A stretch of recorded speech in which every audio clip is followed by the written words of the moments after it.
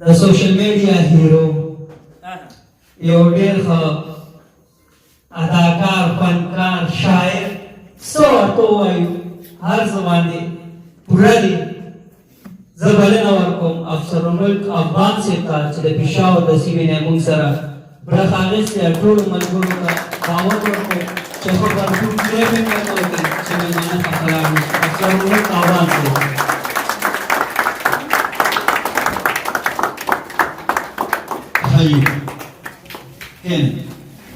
د لوی خدای د سترې نامې نه شروع کومه چې د تود باد نه باد صبا جوړ کړي، یخه هوا ترې جوړه کړي او دغسې د تیرې نه رڼا جوړه کړي. اول خو زمونږ د دې نطاق یا د نظامت چارې چې څوک سنبالوي وایي زما یې وکړو ښه بلها تعریف، زما یې وکړو مهذب توهین. نو دا د دېو عظمت دی، لویوالی دی. اگر چې زه هېڅ هم نه یم خو دا ستاسو لویوالی دی، ډېره زیاته مننه کومه. د پراید فیوچر سکول سیسټم او د دې تر څنګه چراټ ادبي سنګر پبو په ګډ زیار باندې دغه نننۍ راجوړه شوې غونډه د دې ټولو منتظمینو که هغه قاري شهباز صاحب دی، که شاهین صاحب دی، که رضا صاحب دی، که څومره مو ملګري دي د هغو ډېره زیاته مننه کومه. او بیا زه مننه کوم د دې ټولو کتې پتې ماشومانو او د قاري صاحب او د هغو د ملګرو مننه بیا په دې باندې کومه چې په نوي کال کې دیو دغه لویه ډالۍ موږ ته په دې شکل کې راکړه چې زمونږ د کال شروع د داسې قسمه هلو ځلو نه وشوه چېرته چې د علم خبرې دي، د فکر خبرې دي، د قام د ولس د انسانیت او بیا په تېره تېره د پښتون د ابادۍ خبرې دي. نو ستاسو ډېره زیاته مننه کومه. ماشومانو تاسو ته یو دوه درې خبرې کومه، بیا شعرونه هم وایم خو دا خبرې ډېرې زیاتې مهمې دي، نو لږې دا واورئ او زه کوشش کوم چې ستاسو ذهني سطحې ته راکوز شم، ستاسو نفسیاتو ته راکوز شم او په هغه بنیاد باندې خبرې وکړو. قاري صاحب وایي چې بچی د سکول نه قلار نه شي، زه به پردۍ جامې ګنډم تا به ساتم. خبره دا ده چې که موږ غواړو چې پښتانه په 21مه پېړۍ کې مهذب قام شي نو موږ به لږ د حالاتو سره زغم زده کوو، د حالاتو سره به قاري صاحب تګ زده کوو. او په انګریزۍ کې دلته تاسو لیکلي دي، زه ډېر خوشحاله شوم چې وي بلډ فیوچر. نو دغه اصل کې زموږ مرام پکار دی چې زموږ د قام د ماشوم د بچي مستقبل څه دی. اوسه پورې زموږ د ټولو بچو مستقبل په یو تیاره کې و، د غړانده د لاس غرګې او رضا صاحب موږ ته هېڅ خبر نه و چې هغه به څنګه رواني. او هم دا وجه ده چې څوک راغلی دی نو هغه د خپل سوچ او فکر په بنیاد باندې زموږ قام، زموږ بچي، زموږ چې څومره ولس دی هغه استعمال کړی دی. لہذا د ټولو نه اول به اوس موږ خپلو بچو ته په سکول کې کرټیکل تھنکینګ ښیو. دیو ته به موږ په مدرسه کې دا ښیو چې سوال کول څنګه وي او سوال کول څومره اهم دي. هر څوک چې راځي دلته د هر فکر سره راځي دلته د ټولو نه لومړی کار دا پکار دی چې موږ د خپل بچي په ذهن کې دغه شعور دغه رڼا واچو چې بچیا سوال پورته کا. اشنا د ژوندانه په جبین خال نوې پیدا کا، جواب به پیدا شي خو ته سوال نوې پیدا کا. تر څو چې موږ دغه سیسټم دا چاپېرچل دا موږ کوېسچن کړی نه، موږ سوال نه کړی، تر هغه پورې به موږ د بل په لاس باندې استعمالېږو. یوه خبره خو دا ده. دویمه خبره مې د کتې پتې بچوړو ته ماشومانو ته دا ده چې په انګریزۍ کې وایي جسټیفای یور ایگزسټنس، یعنې چې په دې ټولنه کې، په دې چاپېرچل کې، په دې نړۍ کې، په دې دنیا کې موږ ولې پیدا وو، موږ چا پیدا کړي وو او زموږ د پیدا کېدو په شا باندې مقصد څه کېدی شي.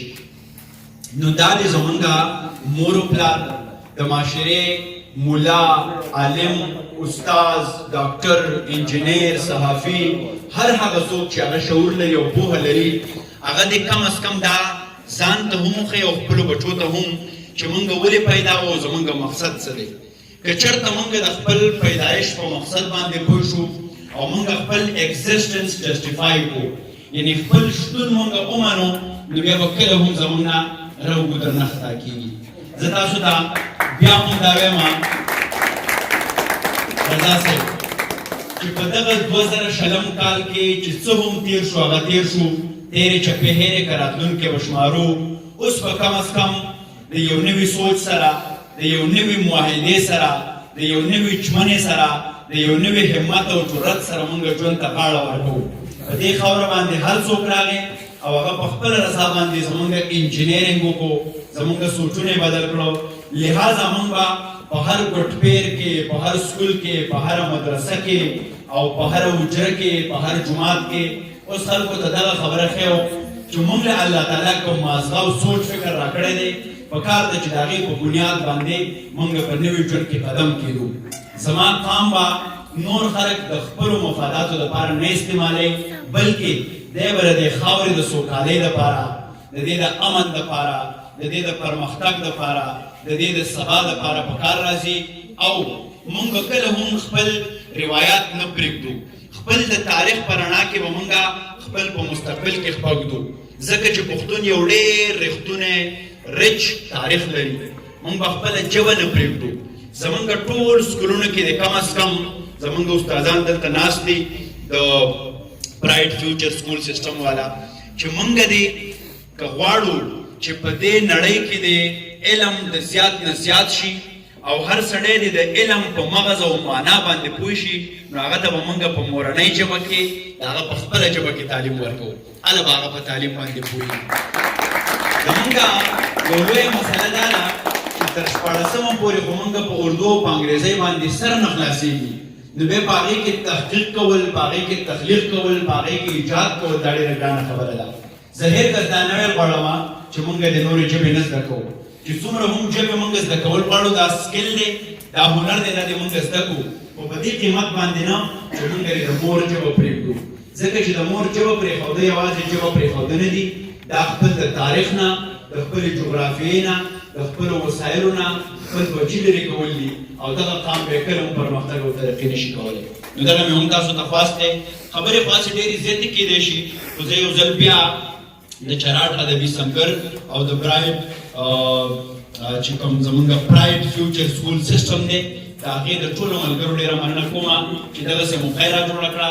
او بیا هم قاري صاحب چې زمونږ نه څه کېده چېرته کېده موږ به در سره ولاړو، ستاسو د فکر ملګري وو او ستاسو د دغه خوږ احساس ملګري وو. راځم په شعرونو له، په شعرونو به دغه بنډار تر پای تېږه کړم او دغه هم مننه کوم چې زما باندې د یو کمزوري انسان په اوږو باندې تاسو د صدارت دغه لوی تاج کې، خو زه بلکل د دې اهل نه یم، زه به یو ډېر کته شمع یم په دغه چاپېرچل کې. شعرونه دي او دا دې زمونږ د ټولو ماشومانو ته ډالۍ وي.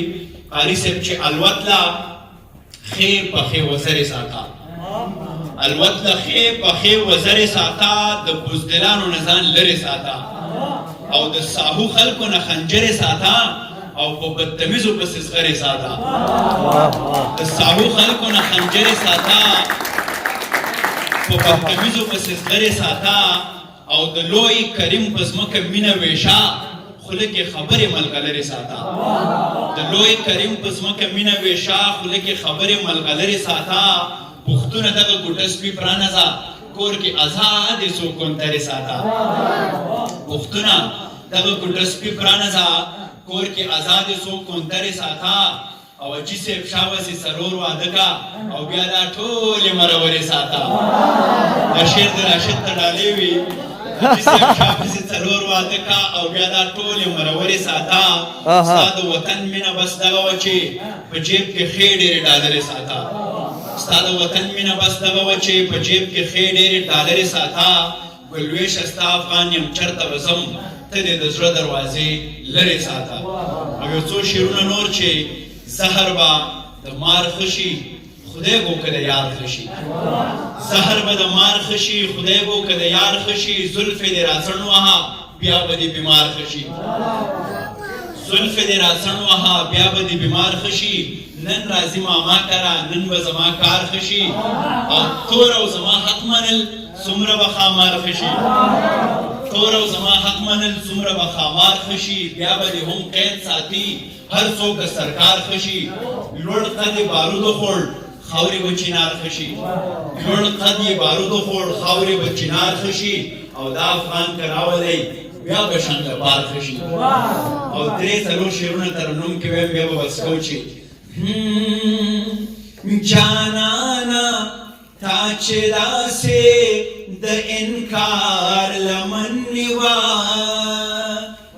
ما خود بار د وختونو د خامار لمن نیوا راشده ارشاد زما د کور کندر خوبنو خامخا کېده بس ټیک ده مړه خیر دی ما د یار لمن نیوا ما خود به د وختونو د خامار لمن نیوا زه ښه په دې شکي یم چې د بل غیږې ته درومي ما بیا هم د یقین او د اعتبار لمن نیوا ما خود به د وختونو د خامار لمن نیوا زه ښه په دې شکي یم چې د بل غیږې ته درومي ما بیا هم د یقین او د اعتبار لمن نیوا ما خود به د وختونو د خامار لمن نیوا